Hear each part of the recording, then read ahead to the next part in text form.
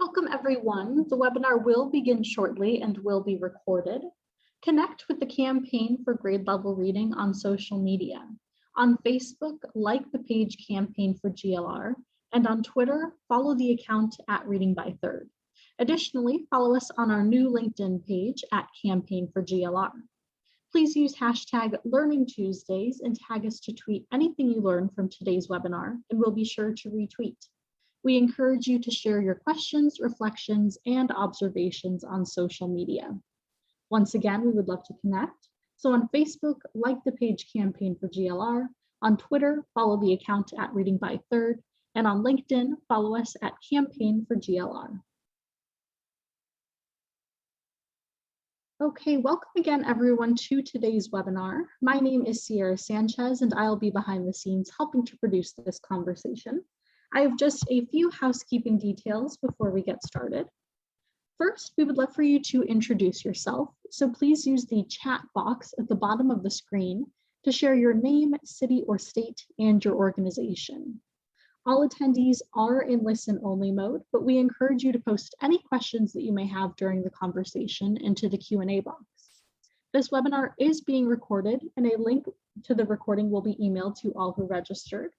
And additionally, all resources that you see shared as links in the chat will be compiled and shared in the same follow-up email to all webinar registrants.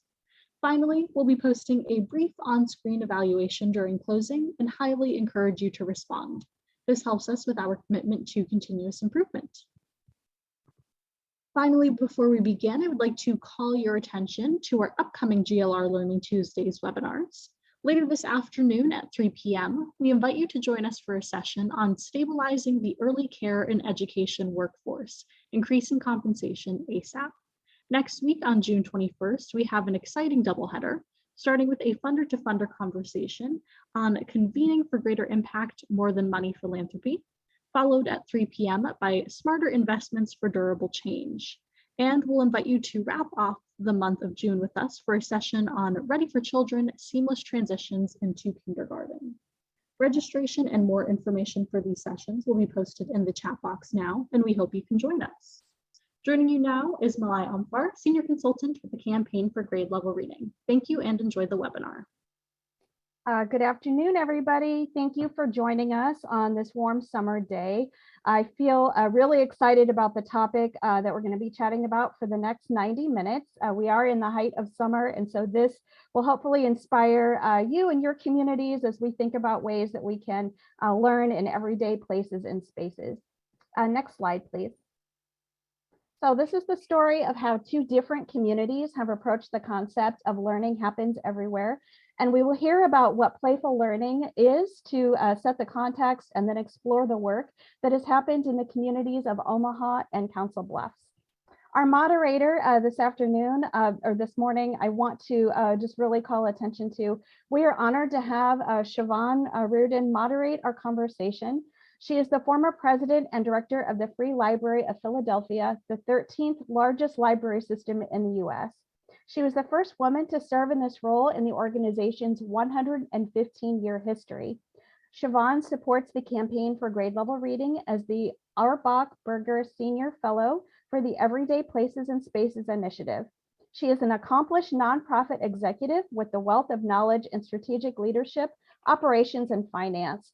Please see her complete bio in the shared bio sheet. And I would say that for any of our panelists, I do encourage you to read the full biography as we have an impressive lineup for you today, and their combined experiences and histories really show the caliber of expertise in our Zoom room.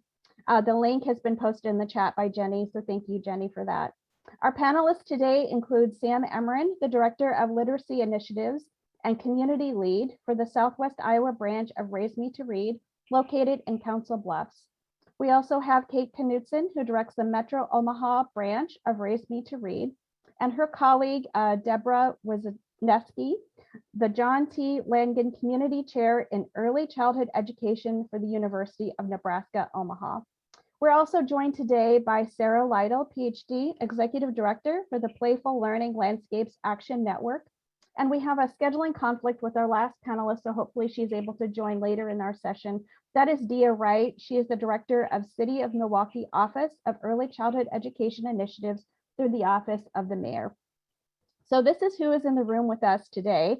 And I invite you to also let us know that you are in the room as well by introducing yourself in the chat box. Next slide, please. All right, so we're going to set the stage by just having a quick check-in in our chat. So if you could just take a moment and reflect on when you were a child, especially in the summertime when this is the time to play outside and to do all kinds of cool things out in your community. When you were a child, share with us, where was your favorite place to play and learn? And we'll lift up a few of these as you're typing them through. So we'll just take a minute or so to just kind of reflect on where your favorite place to play was. Oh, and I'm seeing we've got some great ones coming through already. So some folks played in the woods behind their house. That's a great space. Small yard, backyard. Lots of folks had woods behind their house. That's awesome. Park behind your house. Woods outside the library. Thank you for that, Becky. City streets, neighborhood park, backyard, at the park with friends outside. Beach. I'm seeing a lot of things noting the outside. Library. Thanks, Sam. Oh, Kim has a great one. Library next to the swimming pool.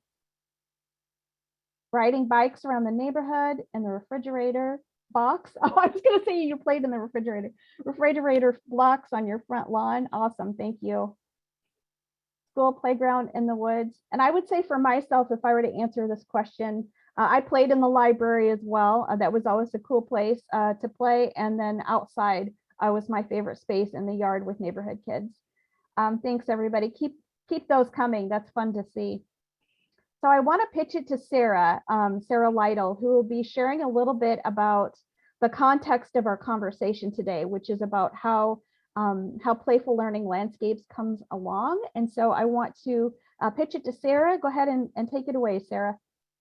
Wonderful. Thank you so much, Malai, and so happy to be here with all of you today. I loved seeing all of these reflections on how you played as a child. And I will say that I am also team outdoors and team imaginative play. So the refrigerator box on the front lawn was definitely something that would have been up my speed or up my alley, I suppose.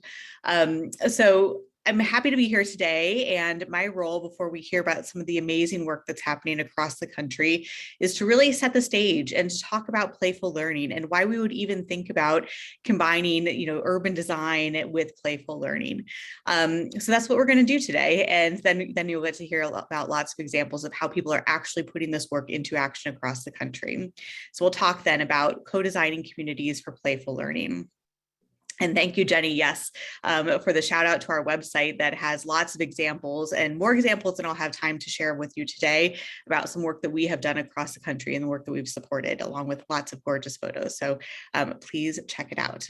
So I want to start by talking about, why cities, and we can go to the next slide.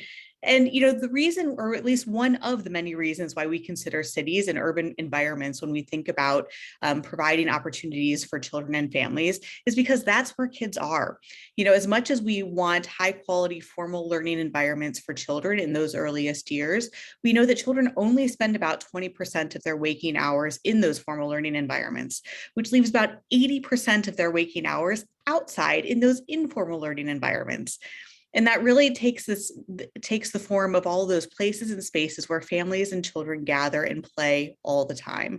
So you might be thinking about the bus stop, the laundromat, the grocery store, perhaps the library, which we would consider an informal learning environment. All of those spaces that have rich opportunities because that's simply where families are, but yet those spaces are not traditionally designed for children and families in mind for the most part. And if we go to the next slide, we can also think about, well, why play? What is the value of play? And we think the play is incredibly important for children's early development and learning. It's always been important for children's early development and learning. But I would make the argument that that is particularly true now, as we have been, in relative isolation for the past 2+ years, and really thinking about what that has done and the impact that's had on children and families, our ability to socially interact with other people, and to have those experiences that we know are really rich and high quality. One of the Plan board members is Dr. Michael Yagman from the Harvard Medical School, and he says this about play. Along with physical exercise, playful learning opportunities facilitate social interactions, communication, connection with caregivers, the joy of creativity, and collaborative problem solving, all of which can provide children with the skills needed to prevent adverse mental health outcomes. So as we're thinking about where children and families are today, as we are kind of sort of coming out of this pandemic, we think that play is incredibly important and might be actually most important to provide to children and families as a support, both for their developmental needs as well as their social needs. So next slide. So Playful Learning Landscapes is all about reimagining these public spaces for children and families, and really approaching that question, or that space, with the question of what would happen if we transform these community spaces into joyful learning opportunities for children and families. And so we ask ourselves questions like, when is a bus stop not a bus stop? Or when can it be more than a bus stop? That's how we approach the design, and really think about how you might reimagine these spaces and places as welcoming environments that also include these learning goals and provide those rich, playful learning opportunities for children and families. Next slide, please. So when we design spaces, we think about this as a three-part formula. So Playful Learning Landscapes is based on decades of research that really shows us, if you look at it, look at the research, it really tells us the qualities that can combine to create an environment where we know children are going to learn and have experienced those deep learning moments. And those are the qualities of how children learn. So we combine those qualities with the skills that children need to learn. So that's the what children learn, the 6 C's. And then we put all of that together with community values that includes culture, the specific values and hopes and wishes and dreams that a particular community has for the next generation. And with this 3-part formula, and I'm going to go over each of those in a little bit more detail, but with this 3-part formula, then we combine that to create these playful learning installations for communities. So next slide, please. Digging a little bit deeper into these 5 qualities that create environments that really facilitate children's learning, make the environments really conducive to high quality learning for children. Now, we talk about this as the qualities of how children learn, but in fact, we know that this is in reality how human brains learn. So you and I learn exactly the same way that kids do. We learn when things are actively engaging, when they're meaningful, when they're socially interactive, when they're iterative. So you can go back and do something again and again, and it's going to be a slightly different experience each time.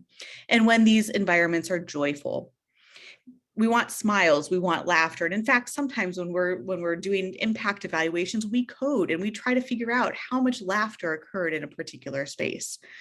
So when we combine all 5 of these elements, you can start to think about an environment that really facilitates learning. If you go back to the responses that you had to Malai's original question about how you played as a child, what was your favorite way to play? I'll bet that a lot of those activities included all 5 of these elements. When you're outside, when you're doing make-believe, you are actively engaged in it. It's meaningful because you're pretending something that's important to you, that's relevant to you. You probably were playing with somebody else. Your pretend play probably didn't take the same form every time. It was iterative. And certainly it was joyful because it was self-directed and child-directed. So we start to think about how you might include all of these qualities in each of the playful learning installations that we work on. Next slide, please. So in addition to that, how children learn, we also think about the what children learn. And again, this is a distillation of many decades of research, spearheaded by Kathy Hirsch-Pasek and Roberta Gollenhoff, who have really done a lot of the initial research on playful learning landscapes. And they've come up with this idea that we're really looking for 21st century skills, and we should be building these learning goals into the installations that we design. So these 21st century learning skills, or the 6 C's, include collaboration, communication, content, critical thinking, creative innovation, and confidence. Now, when you traditionally think about learning goals, you're probably going to that content C. We agree. We think that content is a really important learning goal for kids to have. And this includes more of those traditional school subjects like science, like math, like some of those, very basic literacy skills, things like that. That's all incredibly important. But one of the things that we know and increasingly understand is that kids need a wider range of skills than that to succeed in life and beyond, and to really flourish over time. You have to be able to work with other people. You have to be able to communicate with other people, express your hopes and wishes and desires.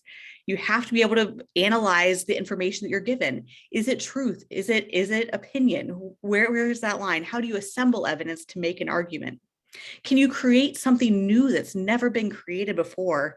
And then how can you reinforce that and stand up for your opinions and talk about, the rationale behind your opinions, and recover when something doesn't quite go your way? So these are the 6 C's, and we build at least one, usually 2 to 3 of these into each of the playful learning installations that we work on as learning goals. Now you can see here that each of the C's is not, no one C is a particular skill. There are different levels.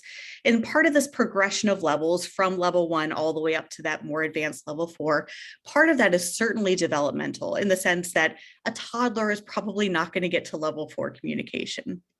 But what we also know is that environments can facilitate and can invite different and deeper levels of engagement with each of these C's. So you can create an environment that really invites children to have a dialogue about something, for example, as opposed to just doing a show and tell kind of moment. And it's something we talk actually a lot about with librarians, and thinking about how you tell that joint story as opposed to doing, just the show and tell, at least some of the time, right? So part of this is developmental, but part of it is environments. And that's where our design thinking comes along, because we try to design environments that allow children to get a little bit deeper in each of these C's, even as we're embedding at least one or more into our particular learning installations. Next slide, please. So then this final component of our 3-part formula here is community-centered design. So we really co-create everything that we do with the communities that we're working with. And we do this in a number of ways. And I will say upfront that we tend to not use traditional focus groups, because we like to practice what we preach. So we really try to think about engaging the community in playful learning activities to uncover the community's culture, their values, and everything that we need to know about the community in order to create an installation. You'll see here some examples of some of those pieces that we have done recently. So on the top left here, you see an example of the Mad Libs that we have used in a community, a Spanish-speaking community, as you might imagine, where we really are trying to get an initial sense of what the community is hoping that we might create in that space. On the top right, you'll see a relatively new board game that we have developed with Mural Arts in Philadelphia, Pennsylvania. And the community gets together and plays a board game together with prompts like, you're the DJ for a neighborhood party. What's on your playlist? What kind of mood are you trying to create? Again, trying to elicit some of those, what do you want to feel in this space? And how can we create and design something that gets to that point? On the bottom right-hand side, you see our chalkboard wall. Again, thinking about different ways to elicit some of these responses. And this is very similar to the question that we asked at the beginning of this session, but as a way to think about, what are the kinds of things and ways of play that you would like to pass down to the children and other members of your community? What would you like to share with your community? Again, getting that input from the community. And then in the bottom left you'll see one of our sessions that we did during COVID. So obviously this is an image of a Zoom screen, but we sent home kits to bags of stuff to community members, and we all gathered via Zoom, and we had arts and crafts time. So we had different prompts that the community members responded to, and they were able to use the equipment in their bags of stuff to create things, and they could hold it up to the Zoom camera, and you'll see we were able to get a quick snapshot here, and that's data for us. You know, what you create and how you describe it really allows us to start to weave together some of these pieces in a way that creates a design that is very, very unique to that particular community. Next slide, please.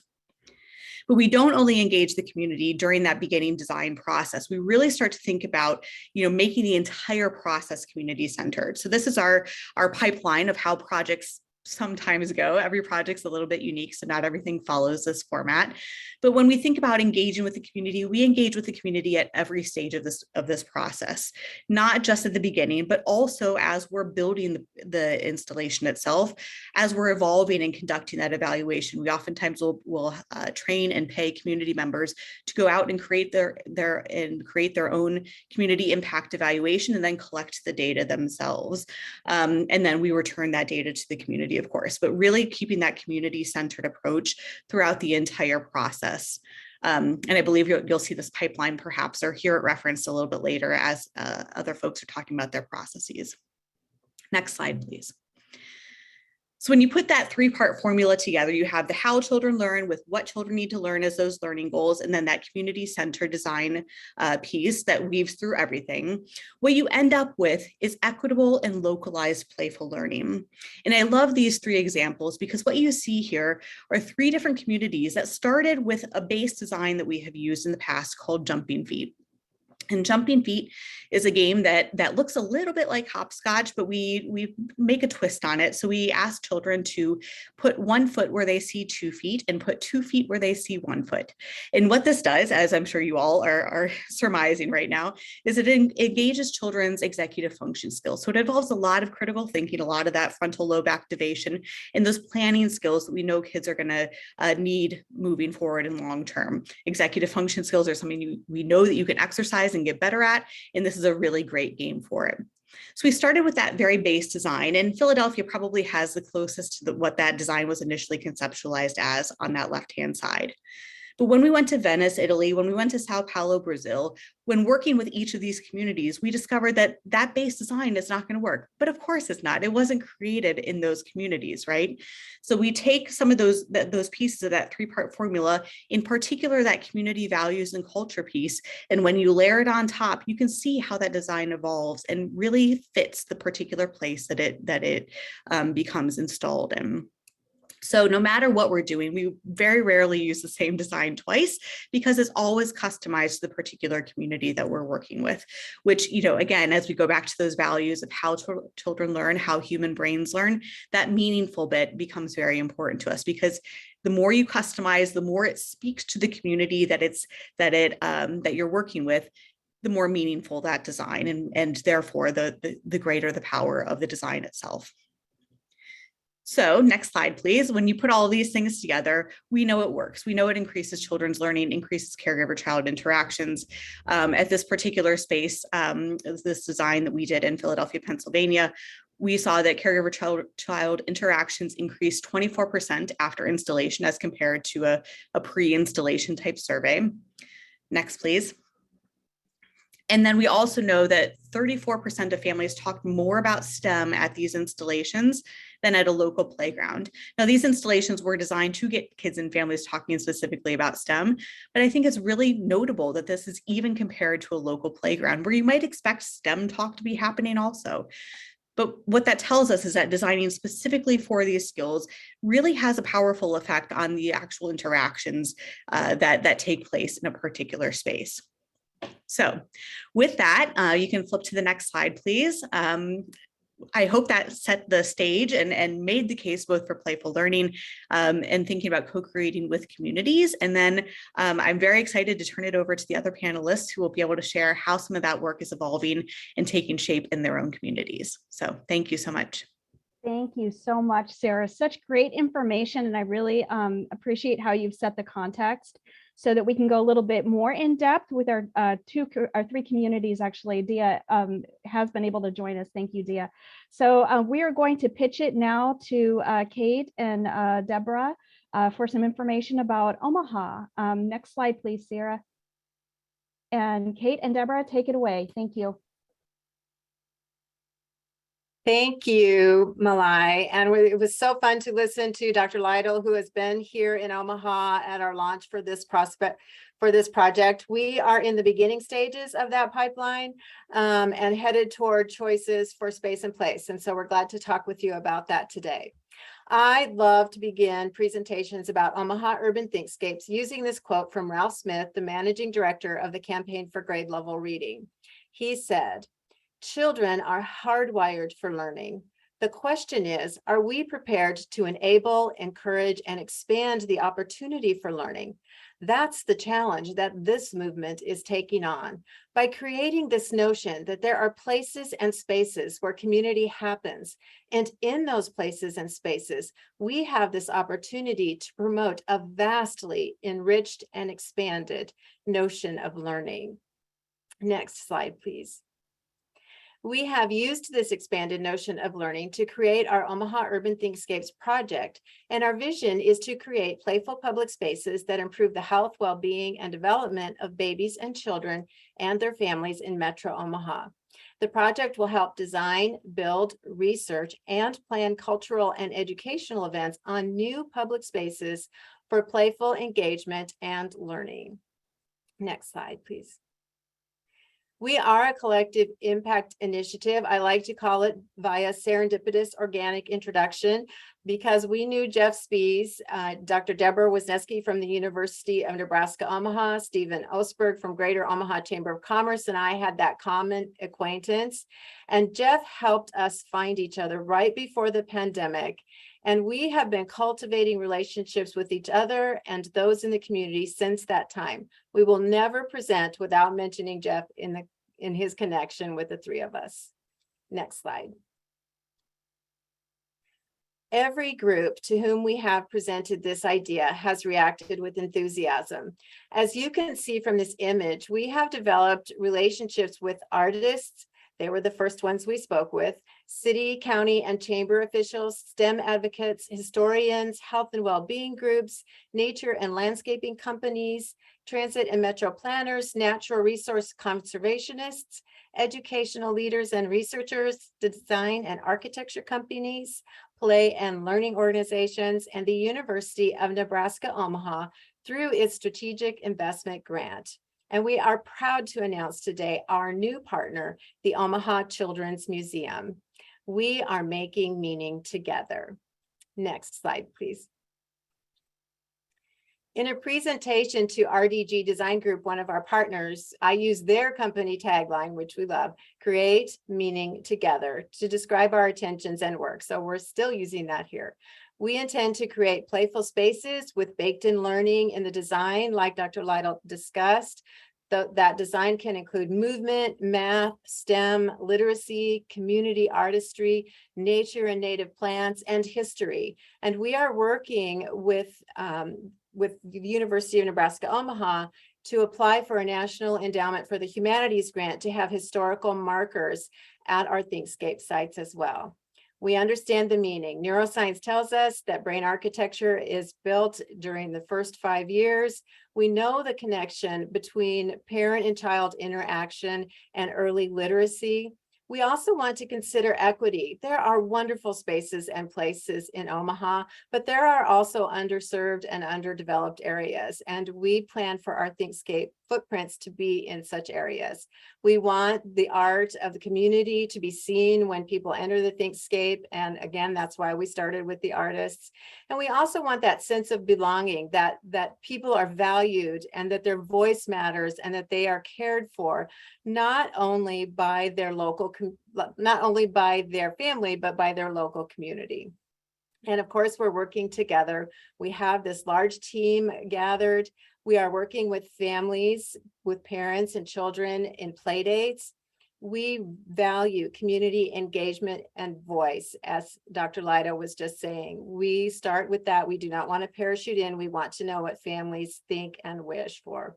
We also want to think about the intergenerational aspect of Thinkscapes, because of course, it is going to be set up for that really important parent-child interaction between littles, but we know there are going to be nanas and papas there. We know there are going to be teens and tweens, and we need to make it open and accepting, and that it's a place where everybody can come in and feel like they're a part of it. Interestingly, in one of our sessions, parents were describing entering the Thinkscape space, and they didn't use this word, but this is how they described it. It was like a secret garden experience. They want to kind of leave the worlds behind and come back into this wonderful space and place. And I just love that idea. Next slide, please.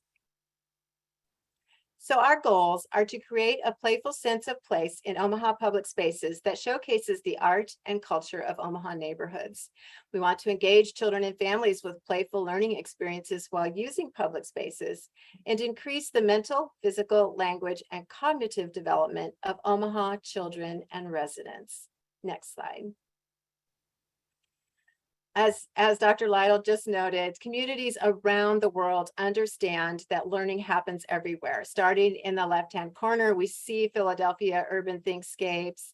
And next is pop-up events that happen in Tel Aviv, and there's fascinating work going on there and around the world. And this place, families gather to play as pop-ups are taken out of sheds and brought into this park. I also love, and I kept it in. I saw Sarah was using it, but I kept it because I love the Candy Chang installation art called Before I Die, which is now a global art project inviting people to consider the things that matter most. And you saw Dr. Lytyle included. When I was little, I loved to play.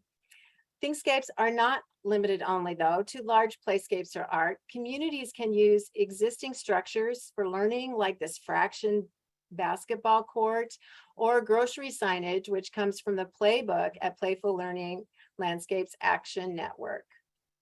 Next slide, please. I read an article in Smithsonian Magazine about the World War I memorial, and it struck me how the description of that work is very close to ours. It read, "Art is not something separate from history or humanity or memory or society. It is the tangle of those things, the interrelatedness of those things, the harnessing of the collision of those things in process, and in breathing life into one new thing." I hope you understand our tangled, interrelated work on this new thing thus far, and I proudly want to toss it over to Dr. Deborah Wisneski to discuss further the implications of our research and engagement and our plan phases. Deborah? Thank you so much, Kate. Yes, we are a tangle of those things. It describes this project, and it also describes how I understood early literacy learning and just general early learning when I was doing my own teacher research years ago in pre-K and kindergarten, and finding out that play was the medium in which my children were learning to read and write and engage with the print world. I often said in the classroom, I could see it as a little stool of their learning, but it had to be propped up with play and talk and story and community. It was all embedded with their community and their families. So we approach our project in Omaha with the idea that there are strengths in the communities in which we're working, although we are working in two separate areas of the city that, as Kate said, have been under-resourced. And so we don't come with the attitude of lack, but an attitude of curiosity and strengthening the rich histories that are in these neighborhoods. So this project is trying to embody the all of that tangledness, as Kate said, but I'd like to take the next few slides to just show our process that does seem to follow because we've had great support from Sarah Lytyle and the Playful Learning Landscapes group. But we'd like to, while this is tangled, kind of show you the process of how we untangle it to make it happen. Next slide, please. So our first phase of our project we are currently in now is the community design, planning, and research. As Kate had alluded, we spent much of COVID on Zoom meetings like this one, reaching out to community partners who we knew we needed their help to make these big projects happen in the city, particularly around transit and public spaces. However, once they were so excited, as Kate said, we put them all on pause and said, but there's some voices that are missing from this discussion, and that's the families, the parents, and the children of these neighborhoods.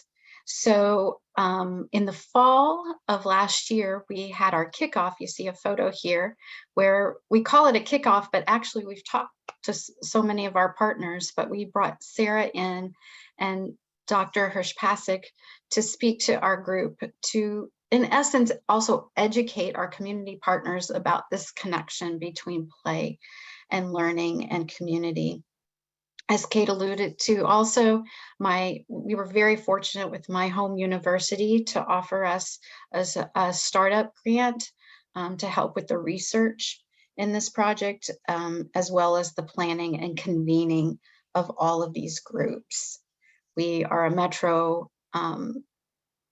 metropolitan university that we have a little tagline, "Welcome to Omaha," also known as our classroom. So that allows us to pull in not just researchers, but students from the university to help us with the project and the planning. Now, after our launch in the fall, through that process, we made friends with the Omaha, actually Douglas and Sarpy County learning communities. There are 2 centers actually focused on early childhood programming and family programming in both North and South Omaha, the 2 neighborhoods that we're looking at placing our Thinkscapes process. And they asked us to come bring our family play days to their programming to so we can use their space and engage with their families in this process. So what we've been doing in the spring, and now this month as well, we'll complete the summer, is having 3 different family play events at each of these sites, where we go in, we ask families, how do you play? And we, as Sarah had said, these aren't focus groups, these are celebrations. We play, we eat, we meet, we share. It's our way of also just building our own relationships with the community, and then supporting the families already in the process of play, and having conversations with the families to learn, as Sarah also had said, to learn about how they play, what their values are around that. And ultimately, our last play event is with loose parts, so that we can, the families themselves can design the spaces how they imagine they might be. So next slide, please. Here is a photograph actually of one of our first family play events. We give each family or play area an iPad so they can take videos or photos. We also welcome many of the mothers like to get their cell phones out too and take their own documentation of the play. We're using this also to inform the site preparation and building. All of this that we're learning from the families, we will take then back to our artists and our builders and designers, and again, begin that process of back and forth of designing and getting feedback from families. As this process, we're learning too, we start with one family of communities, but we make friends with more people, and recognizing there's much play actually going on and being designed in these communities right now, and tapping into those folks to give them a voice in this process.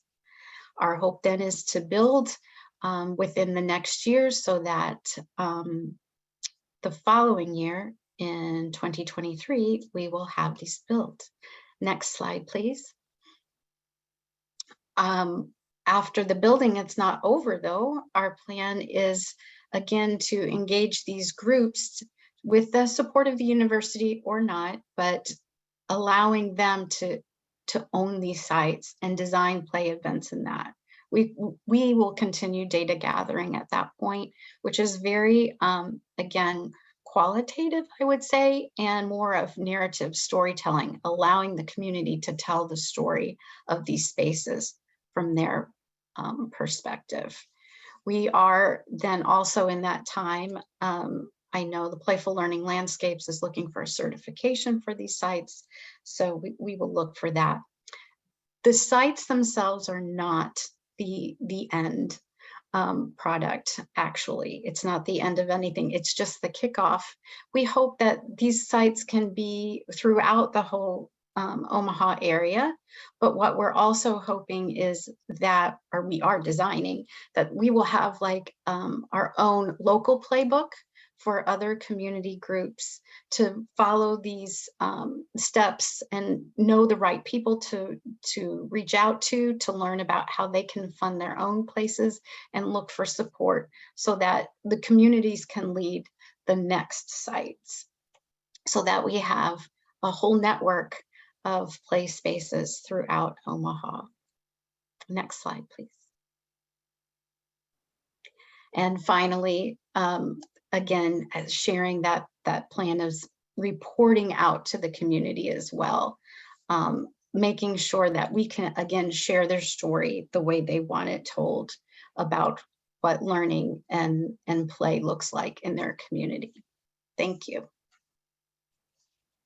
And I believe that's it. There we go. Thank you. Thank you so much. I think both of you have shared just some fantastic examples of how you have gone through each phase of the process and how community was really integral and a part of each bits of those phases. So I really appreciate your sharing of that, and the photos were fantastic. Thank you so much. In our tour of the Midwest, if you know geography of where Omaha and Council Bluffs are, we are going to go just across the river now and hear from Sam, who is in the Council Bluffs branch, Southwest Iowa branch of Raise Me to Read, and she's going to share how things are happening on the other side of the river. So at this point, I'd like to pitch it over to Sam. Thank you. Yeah, hello everyone. Happy Tuesday. As Malai said, my name is Sam Emerine, and I'm the Director of Literacy Initiatives for Family Inc. And I run the Southwest Iowa Raise Me to Read program. So Southwest Iowa Raise Me to Read was started in 2015 from a desire from local partners to pull the existing GLR campaign out of the school district and into the community where it could provide more wraparound services. Since that time, Southwest Iowa Raise Me to Read has grown from serving one school district to serving all of Pottawatomie County. Southwest Iowa Raise Me to Read is based here in Council Bluffs, Iowa, as Malai said, which is a small city of about 60,000 people and part of the larger Metro Omaha area. And while we are a GLR campaign with an overall goal of third grade reading proficiency, our target audience is largely 0 to 5. Just going to keep that in mind. Next slide, please. So to the exciting part, last year, Southwest Iowa Raise Me to Read was presented with an opportunity to partner on the rapidly developing revitalization of Council Bluffs riverfront area. This area, which is known as River's Edge Park, is set to become a hub of outdoor tourism and recreation in the area. River's Edge is on the western edge of the city along the Missouri River and actually shares a pedestrian bridge with Omaha. So this means that River's Edge is not only a destination for the residents of Council Bluffs, but also the greater metro area as a whole. As part of the revitalization, River's Edge will see major development of several new structures in the coming years, including a wonderful new play garden called Bell's Play Garden, which is set to open later this month, a treetop walk, an observation tower, and a pier. Through a host of generous partnerships, funding, and advocates, all of these coming installations will feature our new interacting learning platform, with the first of these installations being at Bell's Play Garden. So if you look at the photos on your screen, you can see a mock-up of Bell's Play Garden in the right-hand corner. That is the giant pelican, which actually has a slide in its beak. It's very cute. It's very cool. They are wrapping up the installation of that. You can also see mock-ups of the upcoming pier and observation tower, along with just a shot of River's Edge Park in general. River's Edge Park is not only going to be a spot for all of these wonderful installations, but it is a place that is currently used for outdoor concerts and festivals, in addition to sometimes like one-off events. So we're hoping to be able to wrap our learning into all of these events. You can go to the next slide. So our learning platform, which has been branded as Play Onwards, will use a combination of physical and digital learning spaces to encourage both dramatic play and also increased interaction between child and adult. Our other objectives with this initiative are to enhance River's Edge Park with innovative interactive elements, support the community in an entertaining and informative way, and promote the unique ecology of the area. The idea for Play Onwards started with just this kind of idea of how to create more passive learning opportunities in our community. Looking at the Playful Learning Landscapes playbook, we were looking at how can we do more of the grocery store signage? How can we do things like laundry mat interactivities to really increase the amount of passive learning that's going on? Sometime during this initial process of passive learning, someone mentioned the new play garden being built as a great place to install some literacy signage. What we had originally envisioned as a few signs at this beautiful new play garden has grown into a model that we hope to replicate and expand on in spaces across the community. You can go to the next slide.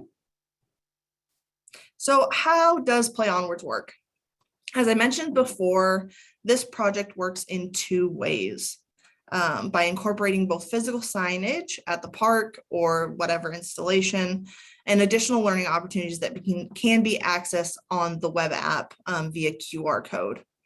Because we were brought into this project well into the developmental phase, we had to think of a way to incorporate learning into the existing plans. What could be seen as a hurdle actually became one of our greatest assets. By reducing the project down to a combination of physical web signage and a robust website and digital presence, Play Onwards is able to not only use the power of children's imaginations to fuel learning, but is able to expand the project to existing structures and locations to create a culture of learning in families' everyday lives. Now, one might question the need for a program such as Play Onwards if the purpose is just to promote dramatic play between parents and children. Do we really need an entire website and dedicated signage for that? I obviously, along with probably everyone else on this call, would answer a resounding yes to both those things. As you saw earlier by Dr. Lytyle, the just information from Playful Learning Landscapes is enough, I think, to convince anyone of the importance of this. But as we know, dramatic play is one of the greatest ways that children learn. It teaches problem-solving skills, social skills, self-regulation. It allows children to engage in language development and to build empowerment. In addition to promoting dramatic play, Play Onwards will also encourage interaction between children and adults, which is an invaluable way to increase vocabulary, early learned literacy, and social emotional skills. And this ability to be flexible is really what makes Play Onwards stand out. It's this ability to scale it to any size, which I'll talk about a little more later. It can be as small as it needs to be, or it can be as large as it needs to be. You can go to the next slide.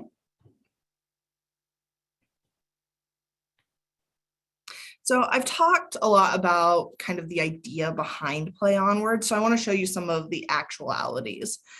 So here's an example of what the physical signage may look like. These particular signs have language and prompts on them that would go along with Belle's Play Garden theme of pelicans.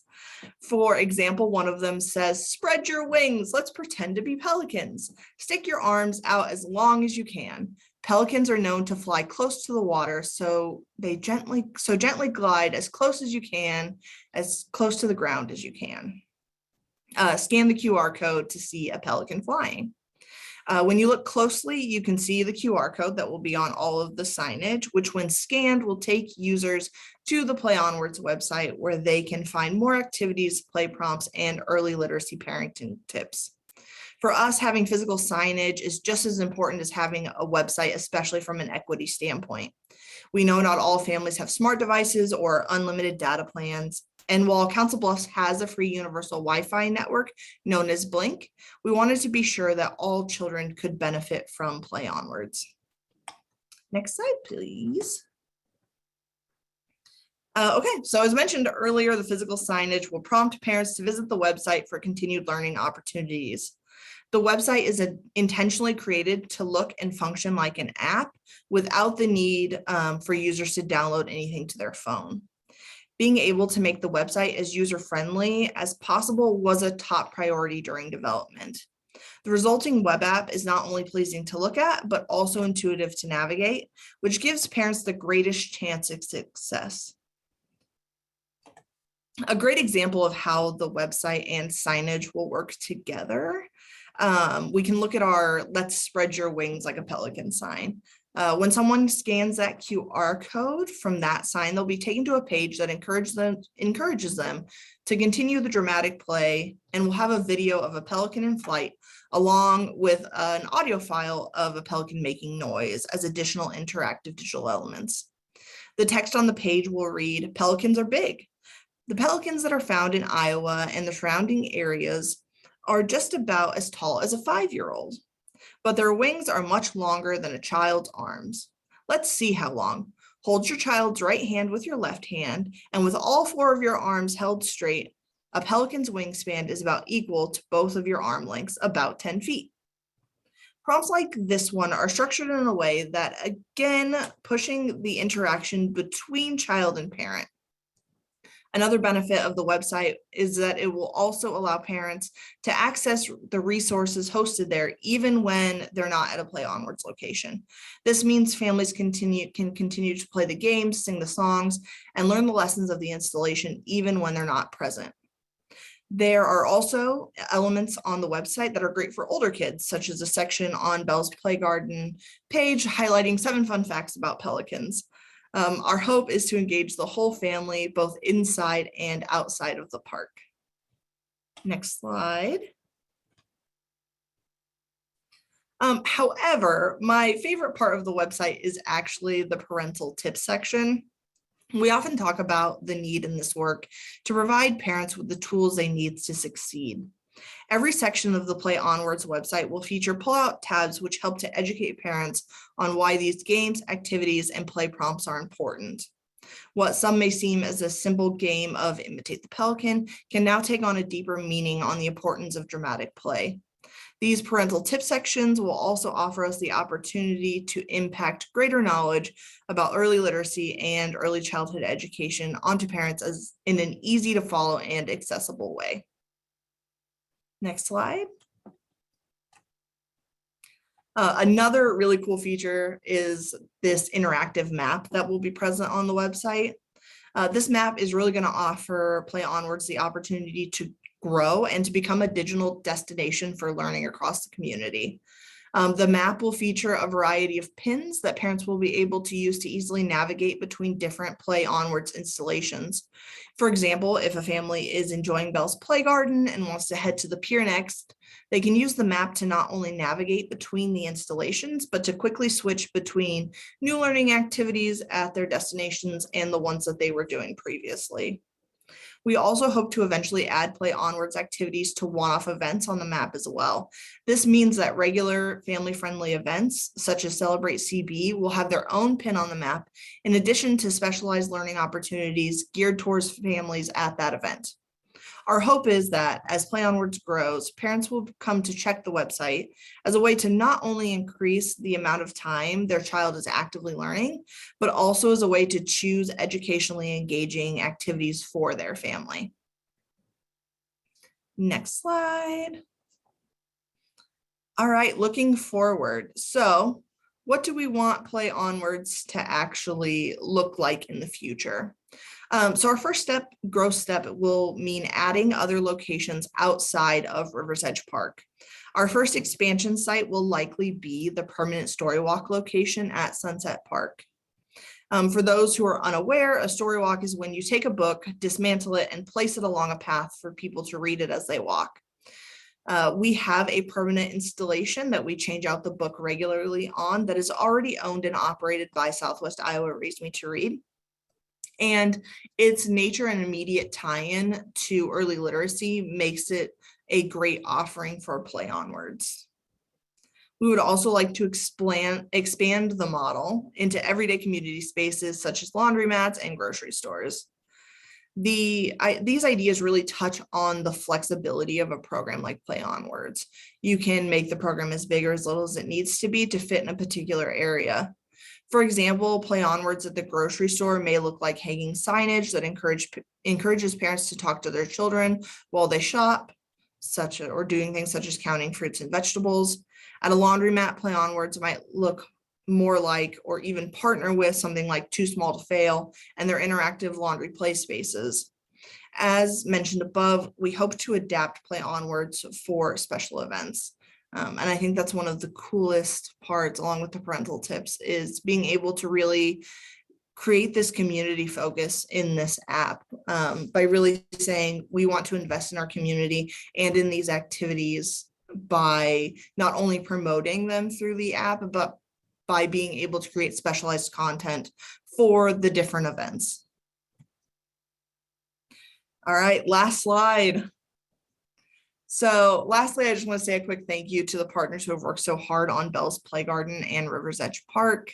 I just want to thank them for taking our literacy play idea and really running with it, because without these partners, we would still just be looking at how to put some signage up at the park. And it has become so much more than that. Thank you so much, Sam. I really appreciate all of the examples about how you've embedded technology into the installations and into the project. And I think that really demonstrates just a slightly different approach as to what the Omaha team shared. So I really like just the two kinds of examples.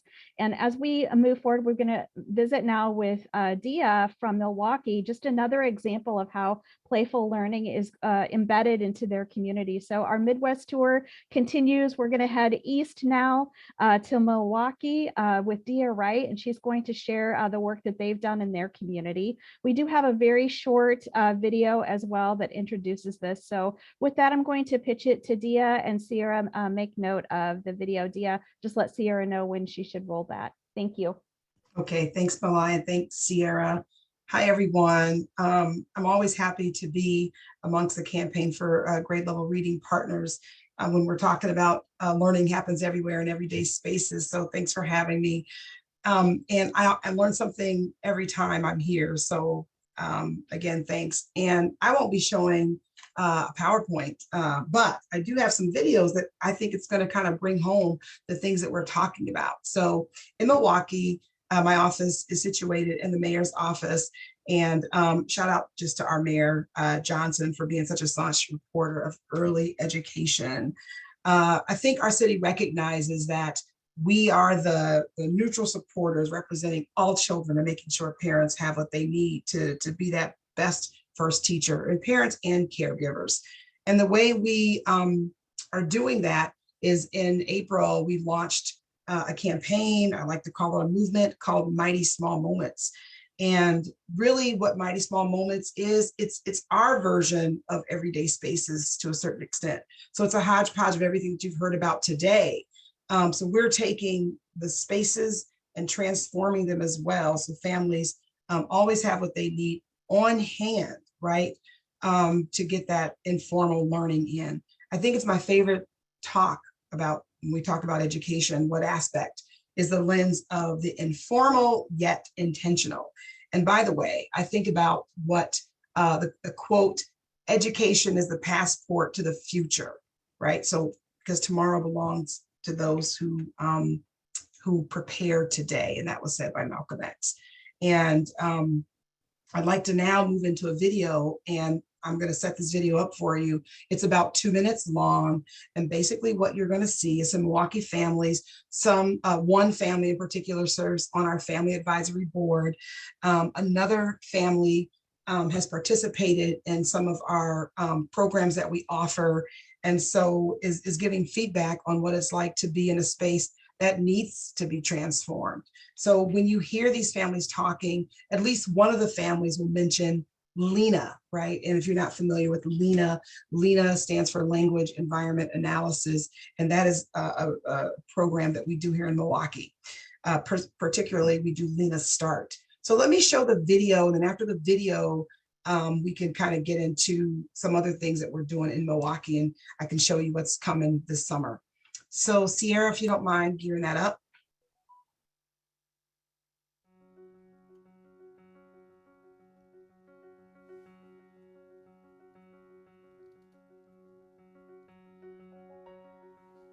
All right, here we go. Watch out for the cars.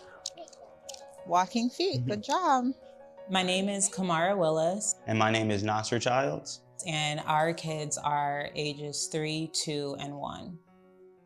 I think it's really important to have spaces like this in waiting areas, because not only are children always soaking up information, they're always learning. So wherever you go, it's important for them to continue to get that information, to soak that information up. And so it's really helpful for waiting rooms to have areas like this.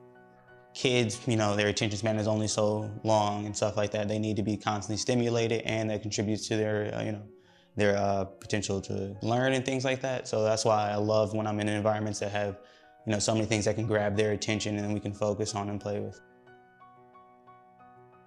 Look at the snow. Look at the snow. Look at. Hi, my name is Joseneed, and I'm going to be taking my son Malachi shopping today at El Rey.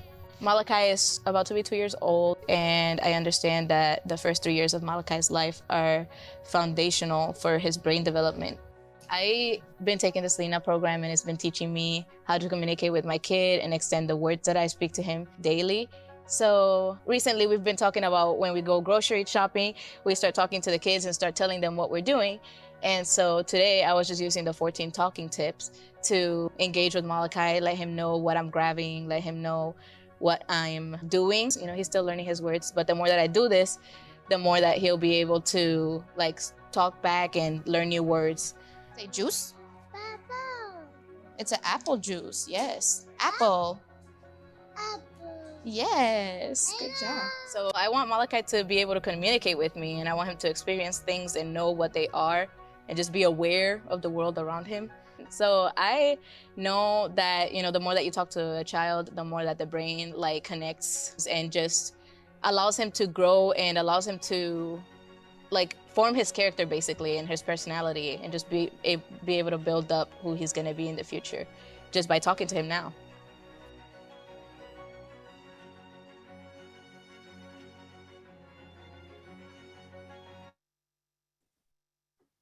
And so what I want to point out about that video are two things. One is the first family was in one of our weight areas at one of our weight clinics that we transformed, and we've chosen to call those pop spots. And so you may have heard me talk about those before, but essentially it's kind of what you could see it a little bit in terms of there was a spinning wheel on there that had emotions, but to go along with our spaces, we try to give the parent or caregiver some words, whether words, the language that they can say, or some prompts. so that they can make that experience that much more meaningful. And then the other thing I wanted to mention was that to hear those parents talk, and it's that information, parents need to understand these places, and caregivers, everyone, that these are not just play spaces where we say, go play, have a good time, and that's it. We know that's going to happen, but it's important that they understand that you're actually preparing your child for school, for learning, for life. And so how do we make sure that they understand, and we all understand that intent? So our challenge with Mighty Small Moments is for every business owner to support a parent in their space. And so that grocery store you saw, El Rey, they have 4 grocery stores, has agreed to allow us to come in and to put some other prompts up that will draw parents more into the grocery shopping experience. I think it's so funny because when she was grocery shopping, she's looking at the coffee and, and she's just doing her natural thing. So I'm very excited about that part as well. So next I want to go on to kind of show you our bus stop installations. And mind you, when we were designing these installations, we would reach out, we had an advisory committee, and they would all kind of give feedback. And there were, experts in early childcare and education. There were, lived experience folks, which are experts in that, with their subject matter.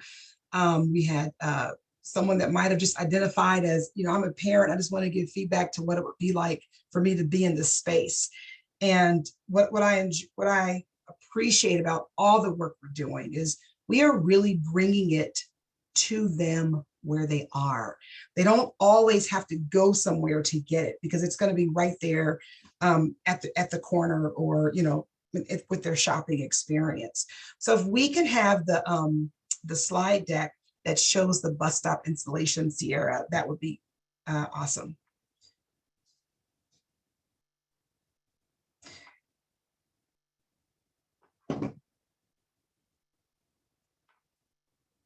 All right, and while she's, looks like she's preparing them for us.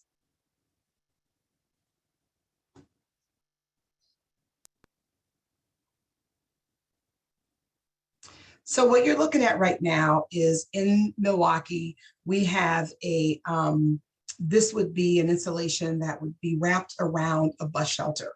So we've worked with our Milwaukee County Transit. Our other partners include Milwaukee Public Schools.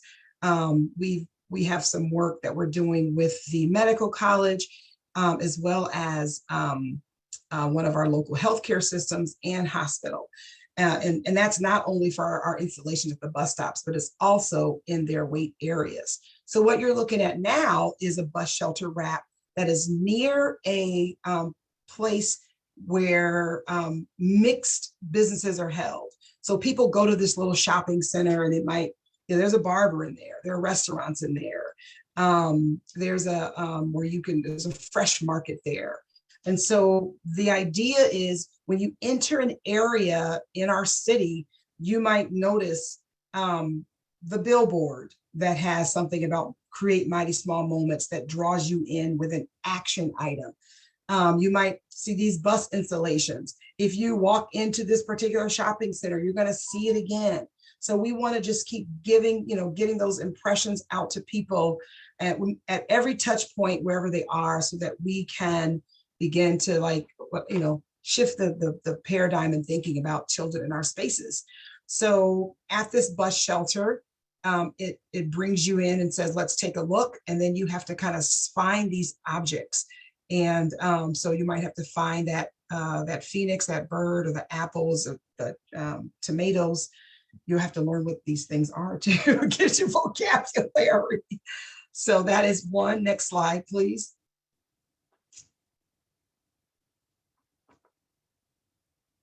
And that's a continuation of it. All right, next slide. Here is another installation, and these are all coming up this summer. They were due to go up last week, and then we had lots and lots of rain. And then unfortunately, we had a little hiccup with not a hiccup, but the person that's installing had a small issue. And so we don't think they'll be up for another couple of weeks yet. But here you're simply looking at a panel that's going to have these colorful numbers. And could you imagine just riding down the street or walking down the street, and you're seeing something, number one, so beautiful. And we've collaborated with local artists to make some of these designs happen. This here, we're talking about patterns, and the circles you see at the bottom are actually on the ground, on the sidewalk, weather resistant, so kids might be able to step on them. And by the way, depending on how the bus shelter is situated, these things are always away from the street. So they're, behind the shelter on the sidewalk or whatever. And we're very mindful of not wanting to encourage children to go too close to the curb. But again, this is shapes, patterns, counting, and things like that, with, of course, a note that reminds parents and people in general, little ones learn fast, parents and caregivers, because we're all people, that little ones learn fast, and with a message about preparing for learning. Next slide, please. And that's a continuation. All right, next slide. Hop and count the panels, all right. And here is a panel, and mind you, this might look pretty small, but this is pretty big when it goes up. This is all about, making sense of the senses, like it says here. And oftentimes, what we say to parents, if we get the opportunity, is you don't know what to talk about. There are few things you can do.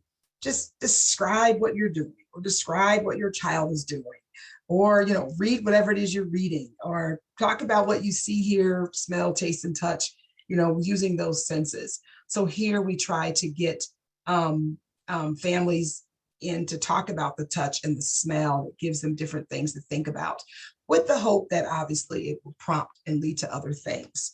And depending on where these shelters are, they might be in a different language. And I think we have an example coming up.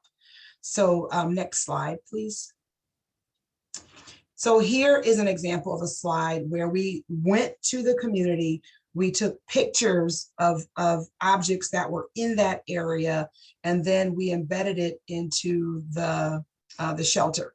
And so, this particular shelter, every shelter, there's a spotlight somewhere, right? And obviously we're talking about what's in the sky and the shelters themselves. Can you find the bus? So some of those are pretty neutral things, but some have things that are kind of pertinent to what is in that actual neighborhood. And these will stay up for as long as they're able to stay up. They are very, weather resistant. But if something happens where they are vandalized, or they are, tattered and torn with weather processing, we have funds aside to put them back up again. So we do have reserves for that as well. Next slide, please. And in Milwaukee, we dedicated some ARPA funds for this, and using some of the ARPA funds and leveraging it with other funds to be able to, to spread far and wide is how we're able to do this. Again, this is more of the I Spy and Spot That Object type of game. Can you spot these things in nature? Yeah, thank you. And so here is a short story, if you will. So it has a beginning, middle, and end. And here at the bus shelter, you'll see this story is about Amin Jr. taking a bus ride. And so it just is a few words about, and you could read any panel and kind of be drawn in to that story. It kind of celebrates at the end that Amin Jr. and his dad were able to take this walk. Again, if you look beneath the panels, those are the things that will be actually on the sidewalk. So high five, words that tell you to jump. Wherever we can, we try to give you action. But then at the same time, somewhere on this panel, there should be a blurb about how this is impacting your learning. To my colleague's point before me, I think I might have been Sam, I'm sorry. These bus shelters will have a QR code embedded that will take them to either the public school system website in case they want to, get more activities, find out what's going on in their neighborhood, or even sign up for kindergarten or Head Start. And then also some will then take them to the city's website. And the city website, particularly for our early childhood families, is designed to take you directly to a resource in the city that may not be one that our government offers, but it's one that's offered in our city. So you might come to the city website and be looking for something on breastfeeding, something on doctor visits, something on developmental milestones. We will then route you to our partners in the city directly to their website. So you can kind of pick and choose what it is that you need. And so we're bringing that to the folks through that mechanism. Next slide, please. And that continues the story for Almond Jr. Next slide. All right, next slide, please. It's the same story there. And the last slide for that, I believe we could keep going. And this story here is about Sophia and her dad. So we try to, before we had a little boy and his dad, now we've got the little girl and her dad. And this one happens to be in Spanish. We do not have it where this shelter would be in Spanish and English. It would be right now as it stands, either or. Next slide, please.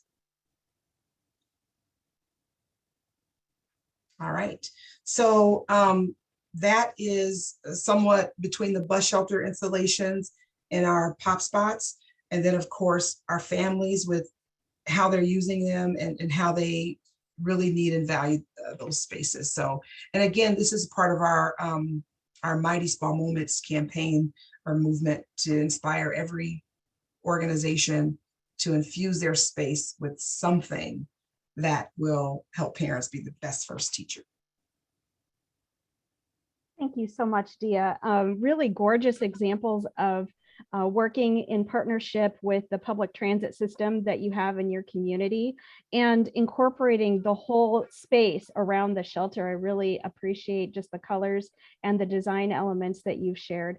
We have a moment now that we can carve out some space for the QA component. So I'm going to have Siobhan take over this piece. And we had a couple of hands raised as well during our presentations earlier. And I see a couple of questions in the QA box as well. So I'm just going to pitch the microphone to you, Siobhan, for you to go through this component. Thank you. Okay, great. Well, hi, everybody. And oops, sorry, I just messed up my screen. Anyway, thanks. Fabulous presentations by everybody. And thank you, Malai, for bringing us all together to discuss this wonderful topic. It's been something that I've been working on for a while now, even as a librarian at the Free Library of Philadelphia and some of the work that we've done there. But I want to begin by having my fellow panelists come off their mutes and their videos, because I have a few questions I'd love for you to consider as we think about and sort of reiterate on some of the finer points that have been made over the past hour. What's curious to me, and I would hope would be curious for a lot of the folks that are with us, is, does size matter? So when you think about the communities that you're in, do these play spaces, is bigger better? Is it more about the intimacy and the connection? Is it more about, what is it when you think about the kind of play spaces or the informal learning spaces that you're developing in your communities matters, and those kinds of conversations as you begin this sort of important strategic thought process in bringing this to your communities? I have a lot of raised hands here. I can perhaps pop in first and say that I think that it's less about size and more about the integration from my standpoint. And so I think that as long as you have chosen a space and are located where children and families are, I don't know that it necessarily matters how big it is. The picture you'll see as my background right now is our Urban Thinkscape space, which is in Philadelphia, Pennsylvania, and it was a formerly empty lot that's adjacent to a bus stop and bus shelter. So it's a pretty big space, but we have done very tiny spaces in other places, but as long as it's a space that is readily accessible to the community and a space where the community already is, you're still catching people. So I say it's more about integration. How about our friends in Omaha and Council Bluffs? Even though you're in your early stages, but as you think about where you have chosen to develop, I'm curious about that. One of the things, Siobhan, that we've discussed is that it doesn't matter large or small. We think that the first two will be rather largish spaces in parks or plaza, that sort of space. And one of the reasons why is we think that it's also going to start that conversation, which Dea's families already know very well and can speak to, that it's kind of like our big conversation starter in the metro area, that the importance of 0 to 5, just exactly what that wonderful mother was saying. So, and as we're talking with the community members and discussing sites and places, there have been a couple of times where it's like, well, there's this big space here, but there's this little space here. So again, we do want to create that play ecosystem toolkit where everybody can figure out how they want to have it. But I just want to point out, we think it's also an idea, a conversation starter, the two spaces we're thinking of. Great, great. Let me just mention real quick, Siobhan, if it's okay, that in Milwaukee, what drove, we picked our spaces based upon a number of zip codes that have just been deemed under-resourced, low income. And so that's where we started. So we've got about 5 or 6 zip codes where that's what we're attacking. That's what we're attacking first. Great. I think that's fairly consistent among just about everybody who's been involved with this, is you really want to take a look at those communities that are under-resourced and say, where is it we, can make the greatest impact for these important communities. I want to move on to another question. Sam, do you want to comment at all? No, I think my fellow panelists said it best. Okay, great. So stay with me, because I want to focus the next question on what I'll refer to as opportunities and challenges, typical strategic planning type of thought processes. What in this evolution of considering the urban thinkscapes or the play spaces, what were the opportunities that you've been looking for or have been providing in the development of the digital space you're working on, as well as the real challenges, and that I think everybody needs to be aware of as they think about this? I can start to say, actually jumping in on my university's strategic investment for equity project just came at the right time. And when I was able to, it was almost a little like Shark Tank, where we had to pitch these ideas and only so many would get funded. But it was, being organized and ready to present at the right time. I would also say to having all the connections, telling this story and sharing this vision with so many different people, that was the first thing that kicked us off. But our partners are connected in so many different ways. So we have people actually coming to us now saying, there's this grant out here for this, or we have funds for this and we want to help.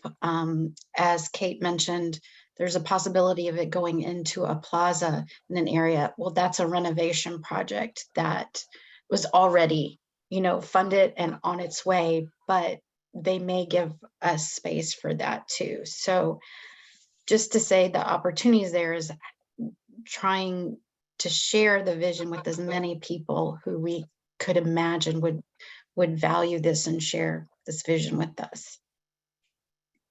Thank you. And just out of curiosity, because I also want to focus on some of the questions that are coming up in the Q&A for everybody as well. How long, the way you just, in your response just now, how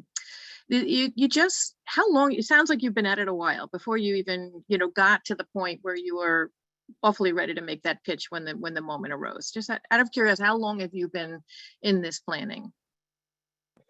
As Kate said, we first met right at the beginning of 2020, right before COVID hit. Mm-hmm.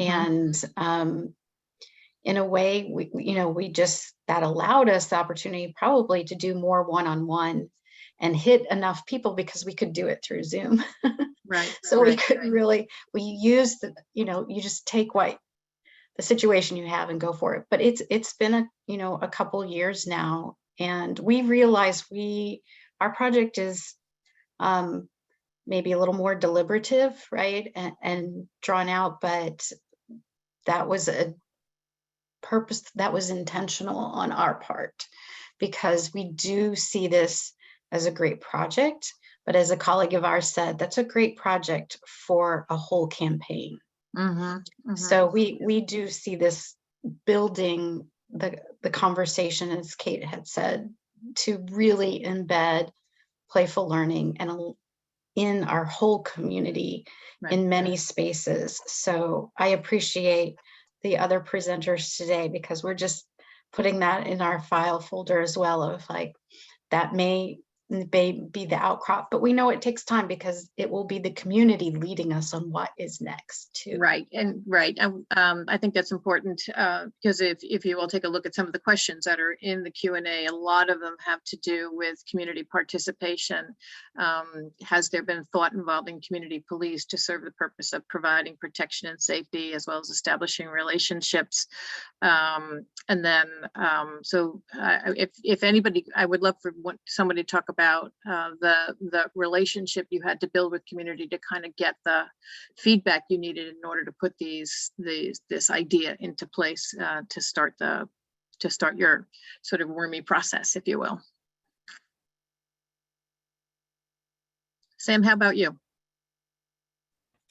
Probably the least community involvement on this place, just because, like I mentioned in our thing, we were brought on to this project in October of last year. So we are going from idea in October to actuality in June. So we're not even a full calendar year into this process. So a lot of the decisions we made had to be kind of made very quickly, and unfortunately without a lot of community input. We hope to kind of backstep and get more of that community input, and I've loved hearing all the ways that it has happened in these other communities as we move forward, as we expand to these other play spaces. But as specifically as Bell's Play Garden goes, that has largely been developed behind the scenes.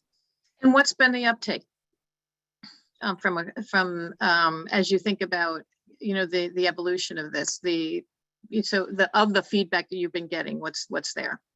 Yeah, so I think that the greatest things that I've heard are not having traditional feedback forms, more so those kind of playful learning opportunities to really evaluate how a community interacts with spaces and what they really value. I think that that's a great piece that we've really taken out of this, and also the intentional planning of spaces moving forward. So our campaign, Play Onwards, really is moldable to existing spaces, but when we have the opportunity to be intentional about spaces, to really get those community impacts and feedback. So this is for everybody. There's been a number of questions that have come up on muting some of the more important discussions around multilingual assets to be included in all of this. And so let's hear a little bit about, I heard, Dea certainly brought it up on some of the Spanish language signage that's being placed in a number of the bus shelters. So let's hear from Omaha, Council Bluffs, and Sarah, how's some of the multilingual, and of course, Dea, let's hear, the thought process there. Yeah, so I saw that in the chat, and I also saw something about audio accessibility, yes, right.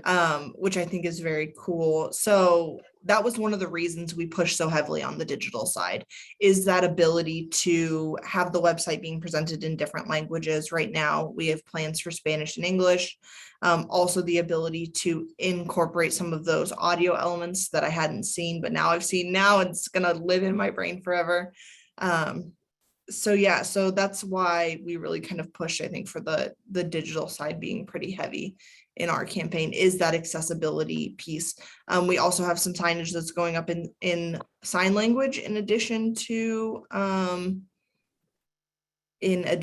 Spanish and English. So that'll be very exciting. Anybody else?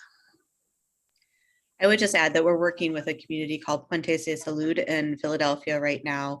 And they have been, so they are interested in incorporating both English and Spanish, as well as some indigenous languages that are spoken by members of the community, which has been really interesting and a fun project to work on.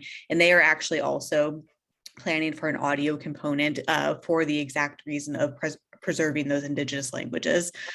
So, really to help with pronunciation, if people maybe recognize a word but aren't sure how to pronounce it, and just to, increase the familiarity, particularly with those indigenous languages. So definitely a component that we have worked on, and that's, one project of many, but I think it's worth highlighting.